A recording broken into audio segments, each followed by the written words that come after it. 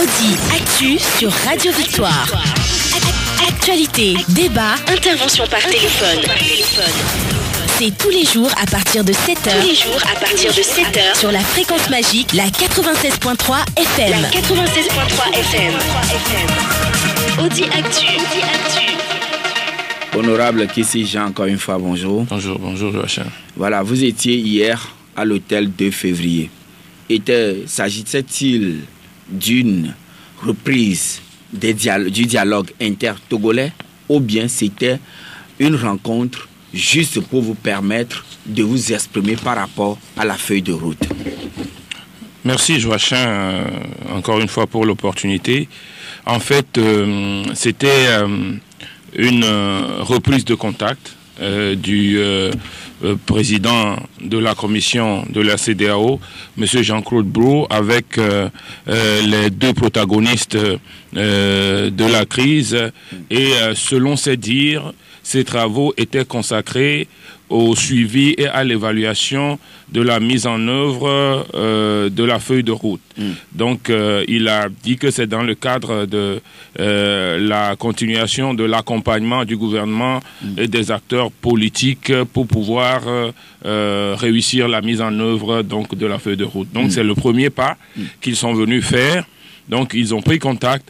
Ils ont discuté avec chacun des deux protagonistes de leur vision. En aparté ou bien ensemble? En aparté. Voilà. De leur vision de la mise en œuvre de la feuille de route.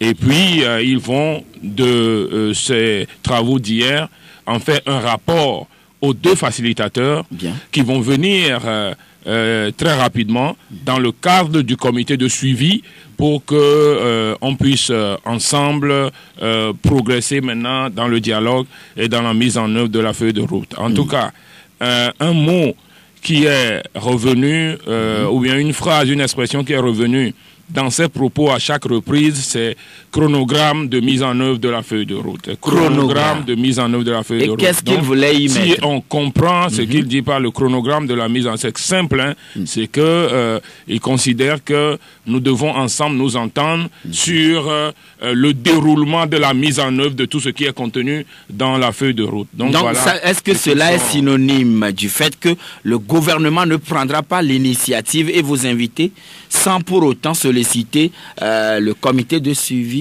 Nous avons dit déjà, moi je l'ai déjà dit sur une radio, en fait le communiqué ne dit nulle part que c'est le gouvernement qui doit, ou bien c'est la coalition des C14 qui doit inviter les gens. Le comité donne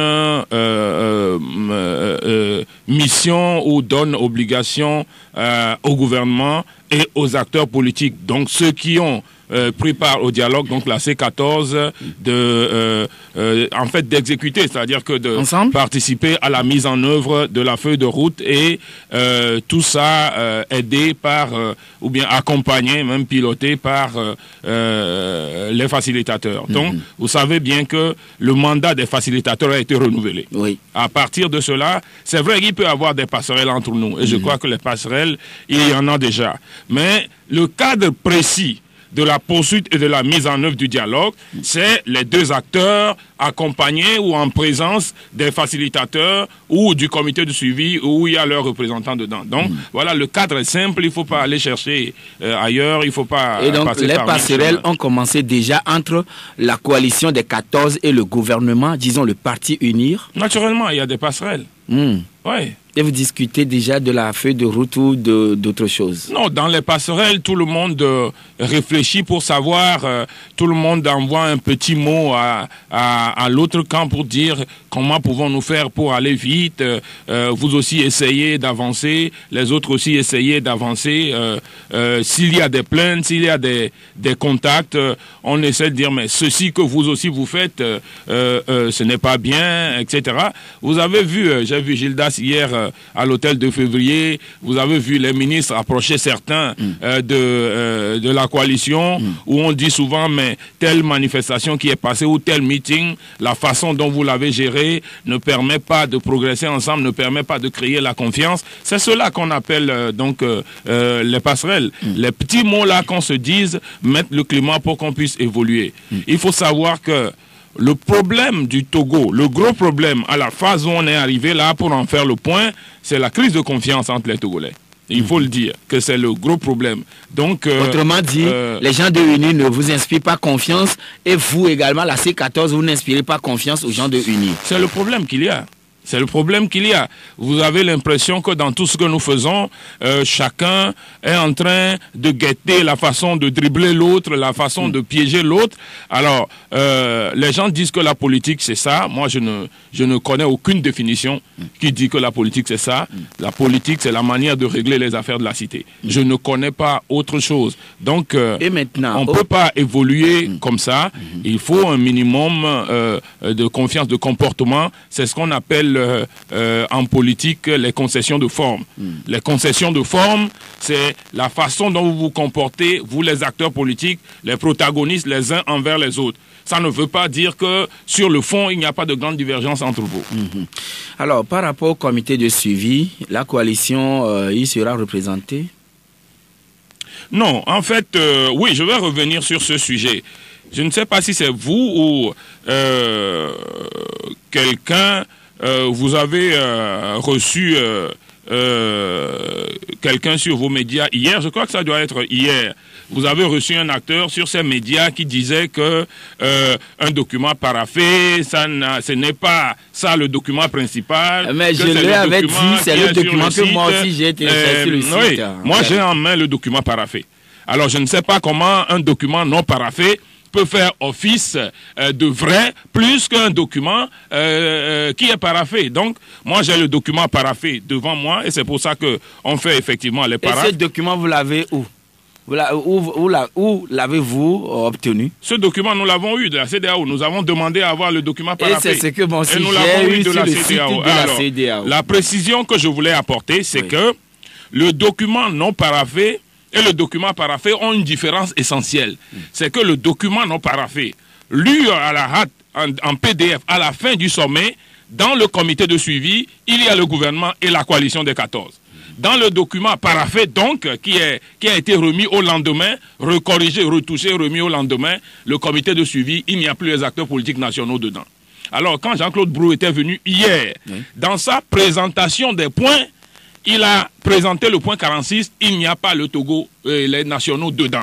Et il a réexpliqué. Donc ça veut dire que lui aussi, c'est le document paraphé, c'est du document paraphé qu'il a relevé les points qu'il nous a présentés. Voilà. Autrement dit, il faut pas ni la C14, ni le gouvernement togolais ne figurent pas dans le comité de suivi, c'est ça? Dans le document que Brou nous a présenté hier et dans le paraphé que nous avons, ils ont enlevé le gouvernement et la C14 du comité de suivi. Ce qui pose un problème. Et ce problème ne peut être réglé que si le dialogue direct continue entre les Togolais. Je vous explique. Si dans le comité de suivi, nous sommes là, les deux protagonistes, on peut dire qu'on peut régler tous les problèmes au comité de suivi. Mais s'il y a un comité de suivi où il n'y a pas les protagonistes dedans, ça veut dire que ce comité de suivi ne peut faire le suivi de quelque chose qui se fait entre les acteurs. Ça veut dire que nous, les deux acteurs, on est face à face, on discute de la mise en œuvre, on améliore le code électoral, on fait les projets de la Constitution. S'il y a un problème qui cloche, où on ne s'entend pas, où quelqu'un veut faire comme ceci et l'autre dit ce n'est pas comme cela, c'est en ce moment qu'on appelle le comité de suivi. Sous forme d'arbitre. Voilà, on appelle le comité de suivi pour dire qu'est-ce que vous avez voulu comprendre par ici, comment le mettre en œuvre, ou bien il y a une lacune par ici, comment pouvons-nous solutionner tel ou tel problème. Voilà un peu les deux formes du comité de suivi. Ça veut dire que si c'est le comité de suivi du document paraphé qui est maintenu, on comprend alors qu'ils ont dit dans le communiqué que le dialogue se poursuit avec la reconduction entre Togolais, avec la reconduction du mandat des facilitateurs. Alors, cela a été compris par toutes les parties présentes hier? Nous n'étions pas ensemble, face à face, je vous l'ai dit. Mais quand même à la fin. Non, à la fin, vous avez vu, à la fin, mais vos journalistes ont assisté. À la fin, vous savez, bon, jusqu'à présent, ce que Agbouibois a regretté, continue de se passer, mais je considère que pas pour longtemps, parce que Jean-Claude Brou a dit hier, on va reprendre le dialogue facilement et on va plancher ensemble sur la mise en œuvre. Hier encore, c'était cérémonie d'ouverture, tout le monde était présent. Après, nous on est partis, ils ont reçu le gouvernement seul. le gouvernement est parti, nous on est revenus, ils nous ont reçus seuls. Et quand ils nous ont reçus ensemble, il n'y a même plus eu de communiqué. Il y a eu un petit discours de clôture et personne parmi nous n'a parlé. Et puis on est parti. Donc jusqu'à présent, là, c'est le triangulaire qu'on fait. Et un dialogue n'est pas triangulaire. Oui. Voilà. Un dialogue doit être... Un dialogue est dialogue. Oui. Elle est face à dit. face. Elle est face à face, elle est dit. Elle est entre deux ou plusieurs acteurs, mais elle est face à face. Ah, voilà. Elle est dit. Alors, monsieur Kissi-Jean, dans cette atmosphère, la CENI a annoncé les couleurs de la reprise de ses travaux par l'installation de ses démembrements et c'est pas le truchement d'un communiqué paru ou bien rendu public hier. Certainement, cela vous étiez parvenu. Oui, mais ça, c'est une autre bizarrerie. C'est une autre bizarrerie, c'est ça où on ne comprend pas. Vous savez, au-delà des concessions que nous avons pu faire, que la situation évolue, je vous ai dit tout à l'heure qu'il y a dans l'évolution d'un dialogue, pour ceux qui croient au dialogue vraiment, il y a des concessions de forme. Alors, ce qui se passe aujourd'hui là, nous avons fait même des concessions de forme, c'est-à-dire que des comportements qui permettent de faire progresser le dialogue, mais ce que la CENI vient de faire là, risque de mettre encore le feu aux poudres. Il risque de mettre le feu aux poudres parce que dans la recommandation, il y a une recommandation concernant la CENI. Le minimum, c'est d'attendre que la recommandation concernant la CENI soit mise en œuvre avant qu'une quelconque CENI ne commence le travail. Puisque cette recommandation dit que tout le monde doit participer à la CENI. Les protagonistes doivent participer à la CENI. Le terme utilisé, c'est inclusive. Oui, inclusive. Donc, quand nous ne sommes pas là, ils ne peuvent pas, eux seuls, continuer à travailler puisque la feuille de route recommande que cela soit inclusif. Donc, ce qu'ils sont en train de faire là, et moi je dis, le président de la CENI doit en prendre la responsabilité. Moi, je dis ici non, que... mais s'il vous plaît, je vous donne lecture du communiqué qui a été rendu public hier par la CENI.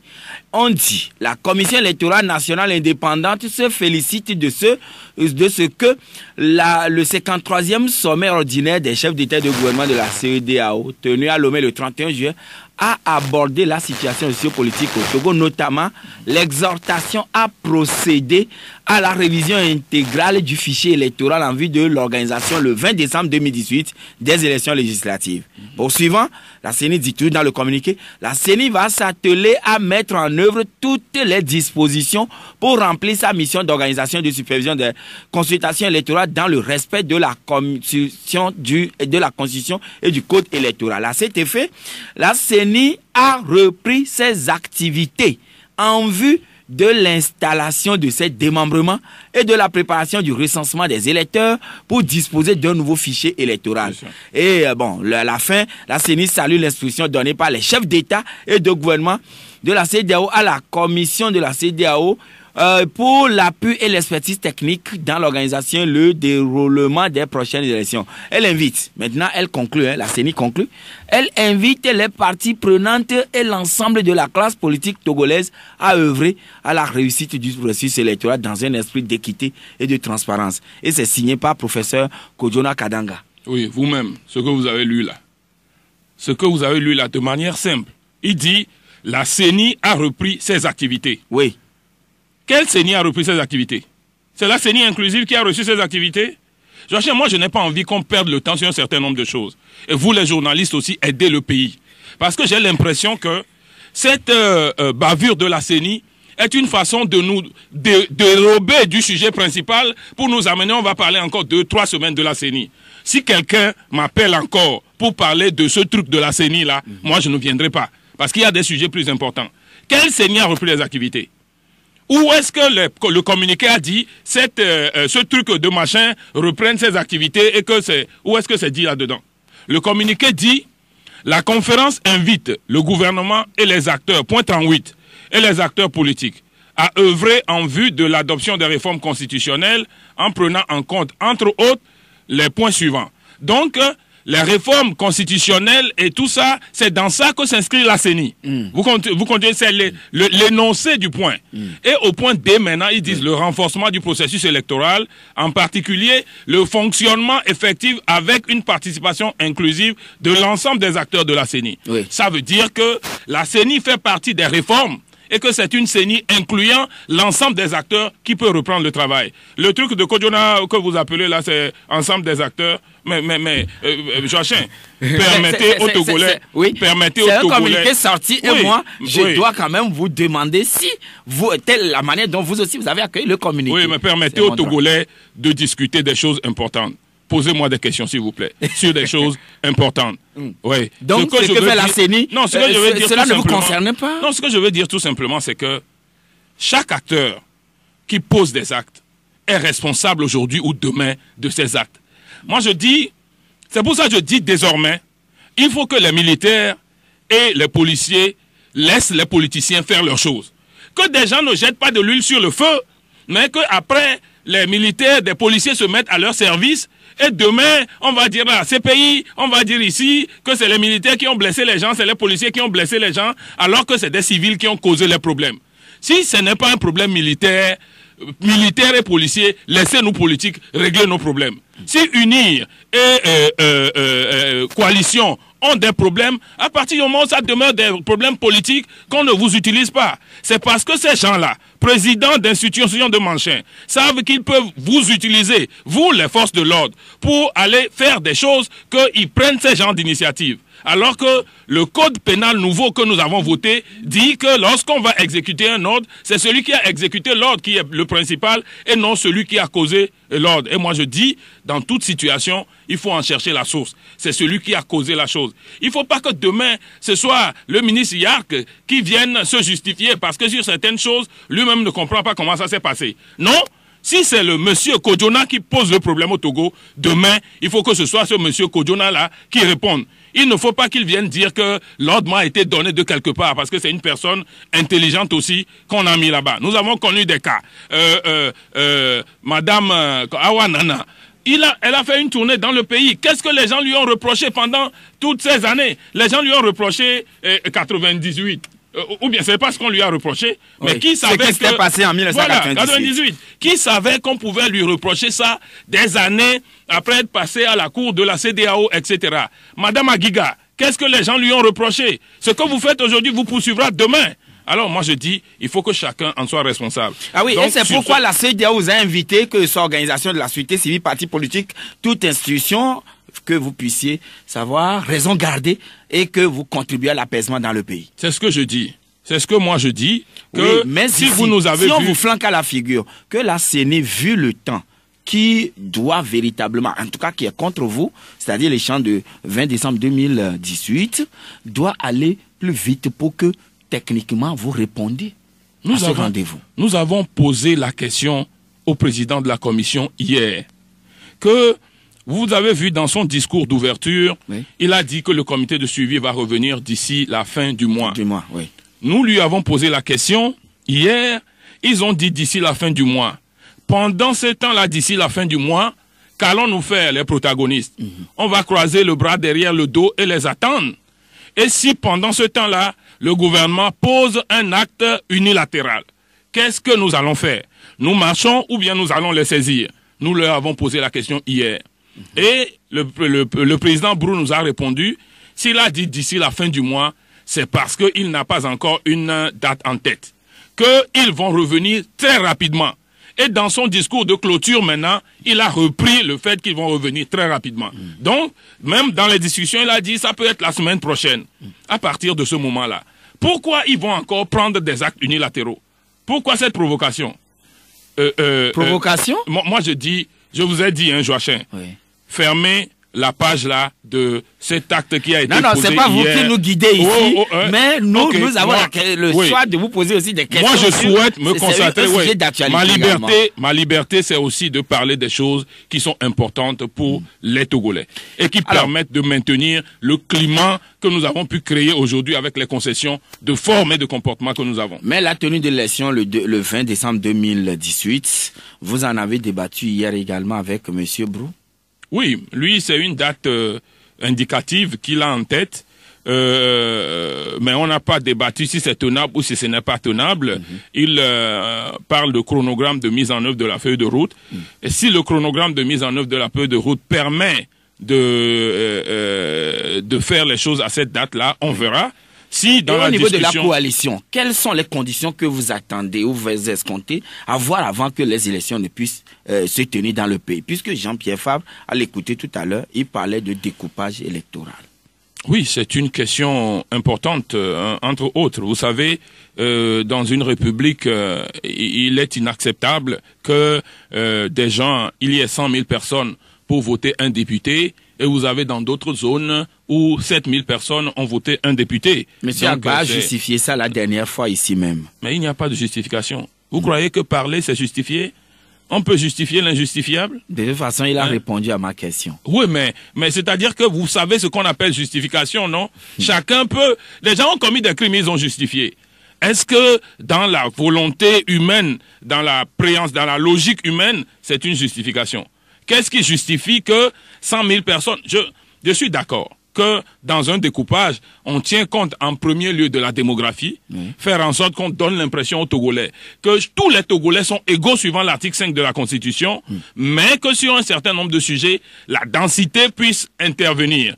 Mais ce n'est pas à cette échelle-là. Et l'espace géographique aussi, oui, mais a-t-il ajouté? La densité, c'est l'espace géographique. Ah, d'accord. La densité veut dire, c'est ça qu'il a évité de dire la dernière fois, densité, c'est le nombre de populations étendues sur un espace donné. C'est ça qu'on appelle la densité. Donc, quand tu veux tenir compte de la démographie et de l'espace, c'est cette équation-là qu'on appelle en géographie densité. Alors que nous la prenions, alors la densité peut intervenir, mais dans un minimum de mesures, après que la démographie soit l'élément principal. Alors, 100 000 contre 7 000, Joachim, je crois que l'honneur que nous voulons avoir dans la vie nous permet de ne pas justifier l'injustifiable. Ah oui. Nous allons marquer la pause. Messieurs et dames, nous allons revenir tout de suite. Actu sur Radio Victoire. Actualité, débat, intervention par téléphone. C'est tous les jours à partir de 7h. Tous les jours à partir de 7h sur la fréquence magique, la 96.3 FM. La 96.3 FM. Audi Actu.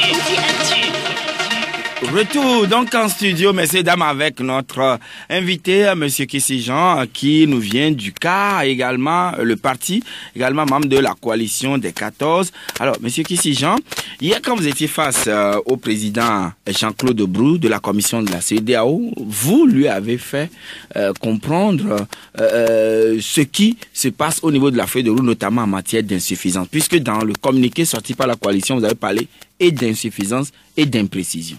Oui, il y a un certain nombre de questions que nous lui avons soulevées. Peut-être je prendrai quelques-unes juste à titre d'exemple parce qu'on n'a pas beaucoup de temps. Vous avez vu qu'ils ont dit de libérer les manifestants arrêtés pendant les manifestations. Justement, dans le cadre des mesures d'apaisement. Dans le cadre des mesures d'apaisement. Plusieurs se sont dit, mais voilà, une fois encore, on a laissé les gens de la société civile de côté. Alors que les gens de la société civile sont très importants parce que eux, ils sont des personnes neutres qu'on a arrêtés innocemment. Alors, nous avons innocemment, alors que Maître Javon a dit tout à l'heure que, dans leur étant avocat, bien sûr, il a dit qu'on parle de la cour d'assises par rapport aux 3 personnes. C'est pour ça que je dis que pour nous, nous ne voyons pas ce qu'ils ont fait. Ils sont innocents.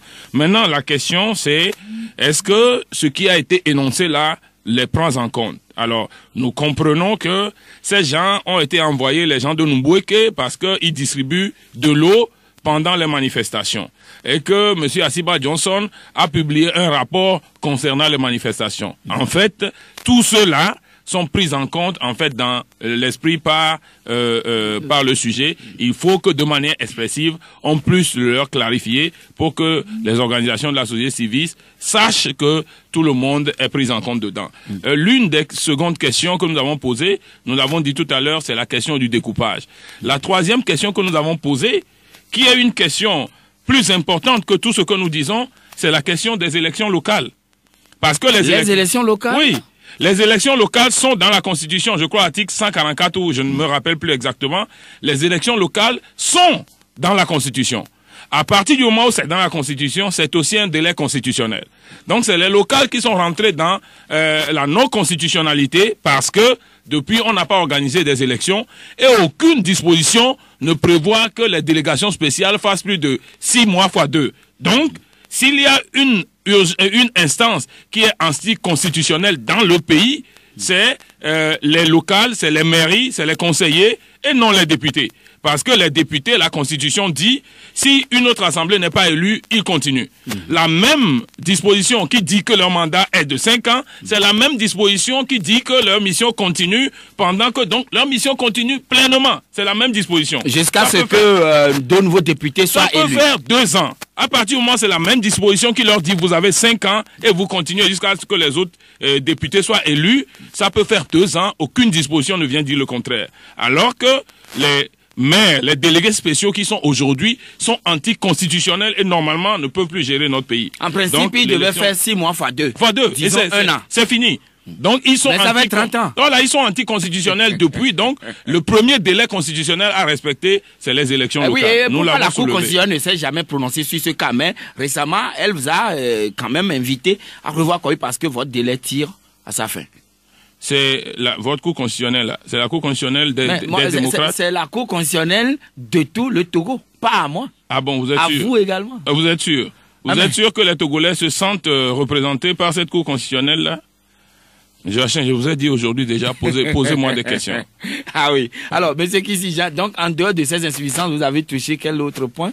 Nous avons touché l'autre point concernant le recensement, le mode de scrutin à 2 tours pour les élections législatives aussi. Parce que dans les propositions que nous avons présentées, nous avons relevé la question du mode de scrutin à 2 tours pour les élections législatives. Nous avons soulevé cette question, c'est une question très importante. Alors, dans sa démarche, le président Broa dit, il y a des questions qui relèvent des zones d'ombre de la feuille de route. Il nous a donné des explications. Il y a des questions qui sont comme si elles n'ont pas été relevées par la feuille de route, ou ces questions-là sont peuvent être tirées de la forme diplomatique dont la feuille de route est relevée. Mais ça, il est obligé de retourner au facilitateur pour savoir quoi faire. Lui n'a pas mandat pour savoir. Donc, il va série ces questions en 2 catégories. Celles qui concernent directement la mise en œuvre de la feuille de route et celles qu'on ne retrouve pas directement dans la feuille de route, il va en saisir les facilitateurs. Et maintenant, au moment de la première réunion du comité de suivi, on peut en parler. À l'issue de l'APG, il avait été annoncé un gouvernement de transition et à cette époque, c'était Maître Agbouibo qui l'avait dirigé. Mais aujourd'hui, vous tendez peut-être vers un accord, si on peut le dire ainsi. Comment ça va se gérer? Nous ne savons pas encore. Nous avons soulevé la question hier. Entre-temps, vous avez parlé de gouvernement de transition. Oui, vous y tenez encore? Oui, mais tout à fait. C'est dans nos propositions. Nous tenons toujours à nos propositions. Hein. Pourquoi nos propositions de sortie de crise, nous proposons. Mais c'est-à-dire que le problème, c'est que vous imaginez que nous faisons tout ça, que nous obtenions ces réformes-là, et que dans la mise en œuvre, nous le laissons au gouvernement monarchique seul de le mettre en œuvre. On peut pas. On peut pas faire tout ça et laisser ce gouvernement seul pouvoir le mettre en œuvre parce que il y a la crise de confiance qui est là, parce que ce gouvernement, ce pouvoir souffre de légitimité, parce que depuis le 19 août, le Togo n'est plus comme avant. Et par conséquent, nous considérons que on ne peut pas faire tout ça et demander à un gouvernement unilatéralement de l'autre côté de le mettre en œuvre pour nous. Voilà. Et d'abord, c'est aussi une aspiration populaire dans les revendications que les peuples ont exprimées. Il y a la question du gouvernement de transition, donc nous la prenons en compte. Est-ce que vous ne tendez plus vers un nouveau blocage entre vous? Non, pourquoi? Les 2 partis et les 2 protagonistes? Non, pourquoi? On peut régler toutes les questions. Pourquoi? Toute question, même minime qu'elle soit, peut constituer une question de blocage s'il n'y a pas la volonté d'avancer.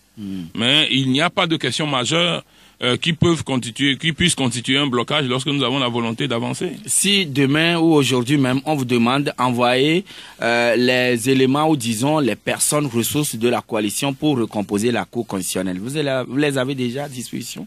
Nous devons discuter de la recomposition de la Cour constitutionnelle. Ils ont dit recomposition de la Cour constitutionnelle et limitation des mandats de ses membres. Donc ça veut dire que ce n'est pas encore ce qui est inscrit.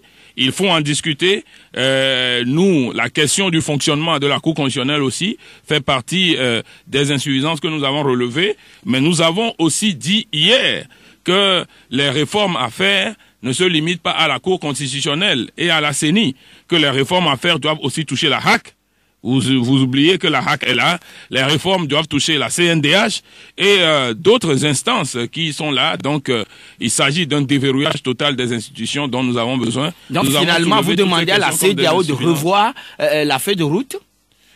Oui, c'est-à-dire que la feuille de route a, sur un certain nombre de points, des zones d'ombre.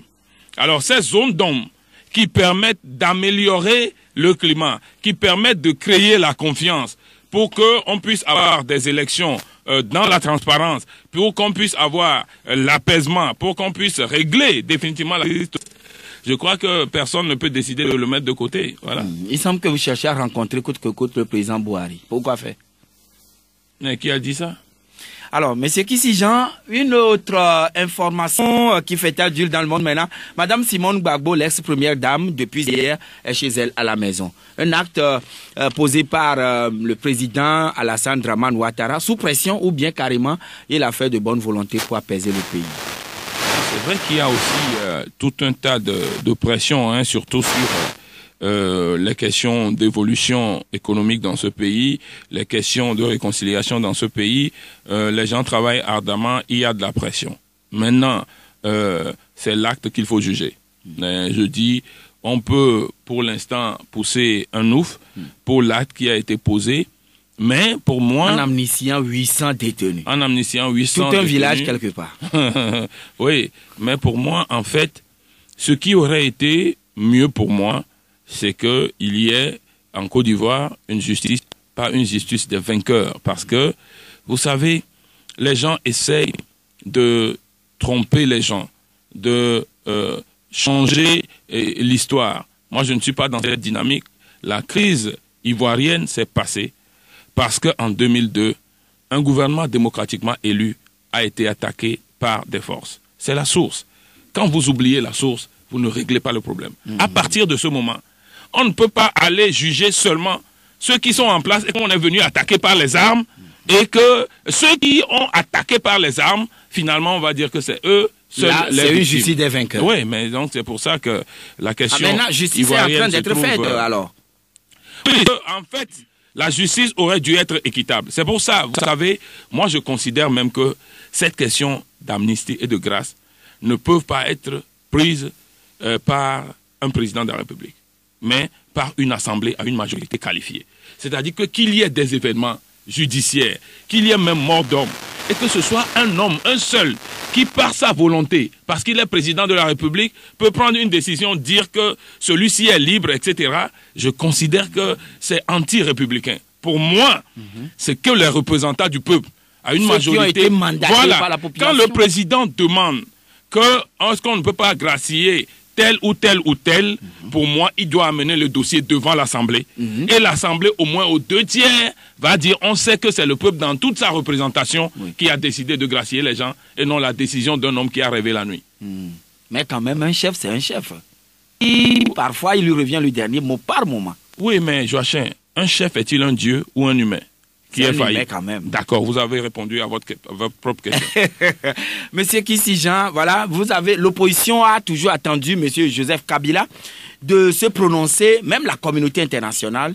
C'était chose faite hier. Oui. C'est plus lui qui sera encore là pour remplir pour un nouveau mandat, mais son ancien ministre. Non, c'est un grand jeu qui se joue en RD Congo. Et nous devons, au Togo, en tirer toutes les conséquences. Parce que la carte que Kabila est en train de poser, c'est une carte difficile. Hein? Vous savez qu'il y a une alliance serrée entre Tshisekedi et Katumbi, qui se prennent pour l'opposition. Non, c'est-à-dire que des Congolais d'origine, des Congolais de pur sang. Oui. Et à côté de ça, il y a Bemba, qui est là-bas. Et il y a Chadani, qui est là-bas. En écoutant la connotation des noms, etc., vous savez le jeu qui se joue là-bas. Ça veut dire que, en libérant Bemba, en le faisant revenir sur la scène politique. Et surtout au moment où il doit venir faire le dépôt de sa candidature. Et en changeant, en amenant Chadani comme candidat du Front commun, il faut que les opposants fassent attention. Parce qu'il y a une carte très intelligente qui se joue là-bas à ce niveau. Il faut que les opposants fassent attention, surtout que c'est une élection à un tour. Il faut que les gens fassent très attention. Alors, je crois que et Katumbi, et Tshisekedi, et Vital Kamerhe ont une carte à jouer pour l'alternance. Mais de toute façon, Katumbi n'est pas encore autorisé à rentrer au pays, mais Joseph Kabila, non pas Joseph Kabila, Tshisekedi, lui, d'accord, et également celui qui est sorti de la CPI, il y a Jean-Pierre Bemba, il est venu dépouiller. Maintenant, c'est Emmanuel Ramazani qui risque de leur pion. Oui, mais c'est ce que je dis, parce que à partir de ce moment-là, l'argument électoral ne peut plus être Kabila doit partir, l'argument électoral doit être un projet. Et c'est pour ça que les Togolais, je dis, ils doivent y tirer leçon. Parce qu'il se pourrait qu'à l'approche d'une élection ici au Togo, on soit surpris que Faure ne soit plus candidat. Et qu'on n'ait pas préparé un programme commun pour pouvoir avoir cette situation. Ça veut dire que en notre sein, nous devons commencer par construire une alternative crédible et avec un mot d'ordre pour le peuple qui répond à toute éventualité. C'est-à-dire qu'ils prennent à gauche, ça doit répondre, ils prennent à droite, ça doit répondre, ils prennent par le bas, ça doit répondre. Et c'est pour ça que je dis, et vous ne faites pas encore ce travail-là au niveau de la coalition. Non. Mais quand même, avant de répondre, c'est Bankole qui a une question. Bankole, monsieur Bankole, bonjour. Oui, bonjour à notre invité, bonjour monsieur Joachim. Oui. Et je voudrais que monsieur Tissi insiste sur le fait que il n'est pas le gouvernement seul qui doit mettre en œuvre les recommandations de la CEDEAO. Parce que dans la tête de certains Togolais, la responsabilité entière revenait au gouvernement d'appliquer les recommandations. Alors, à l'entendre, je crois que c'est ensemble qu'ils mettront, n'est-ce pas, ces recommandations-là en œuvre. C'est ce qu'il a dit. C'est ma première préoccupation. Ma deuxième préoccupation, est-ce qu'il ne voit pas que c'est parce qu'il n'y a pas de dialogue, c'est-à-dire confrontation directe, s'asseoir entre les deux protagonistes, et que c'est cela qui amène cet dysfonctionnement, comme par exemple la reprise des travaux de la CENI. D'accord, bien noté.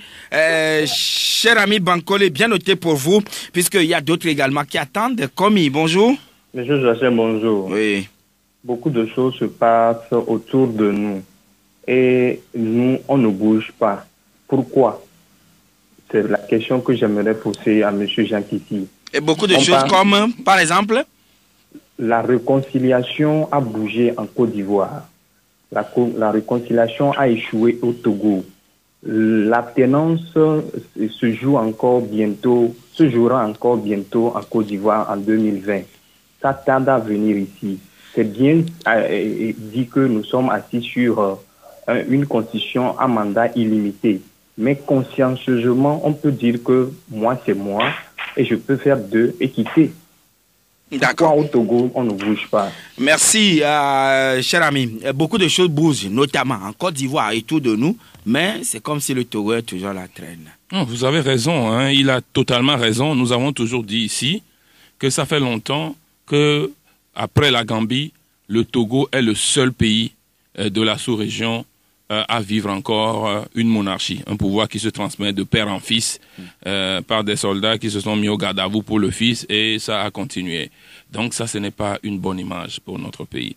Ce n'est pas une bonne image pour M. Sozimna Nyasingbe lui-même. Donc je crois que notre ami a totalement raison. Nous avons même l'impression, au-delà de la sous-région, que dans toute l'Afrique, bientôt, après Kabila, après Ouattara, il n'y aura plus que le président Faure et le président Bongo, qui n'est jamais connu d'alternance. Parce que même Sassou a connu d'alternance avant de revenir. Qui n'est jamais connu d'alternance. Alors, je crois que le match est lancé de savoir entre lui et le président Ali Bongo, qui sera au moins le prochain meilleur élève et qui sera peut-être le dernier de la classe. Voilà un peu la question. Est-ce que c'est pas parce qu'il n'y a pas de dialogue entre vous qu'il y a des dysfonctionnements au niveau des institutions? Oui. Dialogue direct. Il a totalement raison. Et je crois qu'il sait aussi que le CAR a soulevé cette question depuis 6 semaines et demie. C'est à la suite d'une émission que j'ai faite chez vous ici, avec vous-même, Joachim, que j'ai dit qu'il est inconcevable qu'un peuple aussi intelligent, qui a eu des enseignants au Niger, des enseignants en Côte d'Ivoire, des enseignants en RDC, des enseignants à Libreville, c'est-à-dire qu'au Gabon, que ce peuple-là ne soit pas en mesure de parler entre elles et que c'est un président nouvellement élu quelque part qui n'a même pas encore fait 2 ans, qui doit venir régler nos problèmes pour nous, que c'est une honte. C'est à la suite de cette émission-là que Maître Agbo-Ibor a pris le soin de poser au sein de la coalition une réflexion pour dire est-ce qu'on va continuer comme ça? Est-ce que si on ne fait jamais une réflexion, une confrontation directe sur les sujets entre nous les Togolais, oui, est-ce qu'on arrivera à une solution? Les représentants, la délégation de UNIR et du gouvernement en face de la délégation de la coalition, on discute, on cède ceci, on lâche ceci, on fait cela. Sans ça, vous ne pouvez arriver à une solution parce que les journalistes qui sont venus hier à la clôture auraient vu que lorsqu'on a présenté le discours de clôture, quand bien même les gens du gouvernement ont fait semblant d'applaudir, on a l'impression que tout le monde est resté déçu un peu, quoi. Un peu. Donc, tout ça, c'est parce que personne ne voit en réalité où on doit aller, ces préoccupations, comment est-ce qu'on va les discuter directement. Oui, c'est ça le problème. Poser la question quand même aux facilitateurs pour qu'ils essaient d'entreprendre la démarche de cette manière-là. Mais je vous ai dit tout à l'heure qu'on a posé la question hier. La coalition a posé la question hier pour dire... Ils veulent revenir. Même s'ils mettent un temps pour revenir, est-ce qu'on va rester les bras croisés? Et ils ont dit à plusieurs reprises, nous allons revenir très vite. Ça va aller très vite, nous reviendrons très rapidement.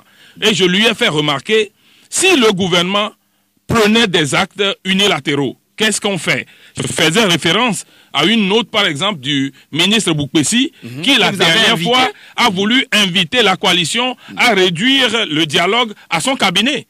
Le dialogue dans lequel on est, il y avait des partis extra-parlementaires, des partis qui ne sont pas membres de la C14 qui avaient été invités aussi. Mais je dis, le dialogue de la CEDEAO dans lequel on est ne peut pas se réduire au cabinet du ministre Boukpessi. Vous comprenez? Parce que il y a 2 délégués. Pourquoi vous l'avez rejeté? Non, on n'a pas rejeté. On n'a pas rejeté. Ah d'accord. On n'a pas rejeté. Je dis que dans la dynamique où nous sommes, les concessions de forme et les concessions de comportement, la coalition les respecte. Nous lui avons dit tout simplement que nous avons saisi les facilitateurs et que ce serait bon que nous attendions que les facilitateurs viennent et qu'on s'asseye face à face. Voilà. Et merci, monsieur Kissi Jean. Nous sommes à la fin de l'émission, mais quand même, retenez que le gouvernement, dans la mise en œuvre des recommandations de la CEDEAO, a libéré 5 détenus hier à Sokodé et 1 détenu à Lomé. Oui, c'est ces choses-là que j'appelle des concessions de forme. Donc je crois qu'il faut qu'ils aillent plus loin que ça. Parce que pourquoi faire ça goutte à goutte? Pourquoi ne pas libérer tous les détenus en même temps? Je crois qu'il faut pouvoir avancer à pas de géant parce que le temps qu'on nous a donné, eux-mêmes le voient. Merci d'être venu chez nous ce matin. C'est moi qui vous remercie. Merci Askol pour l'accompagnement technique. Juste à ses côtés, Kodjo Teko Kodjo Tevi qui l'a assisté pour la réalisation. Merci à vous tous qui nous avez reçus chez vous. Jacob Ahama, NSI Nakogo vous donne rendez-vous sur le coup de 9h. N'oubliez pas, à 13h, nous serons là pour l'actualité au crime, tout comme à 18h, le 3e rendez-vous. Bonne journée à vous tous. 96.3, la chaîne de l'excellence.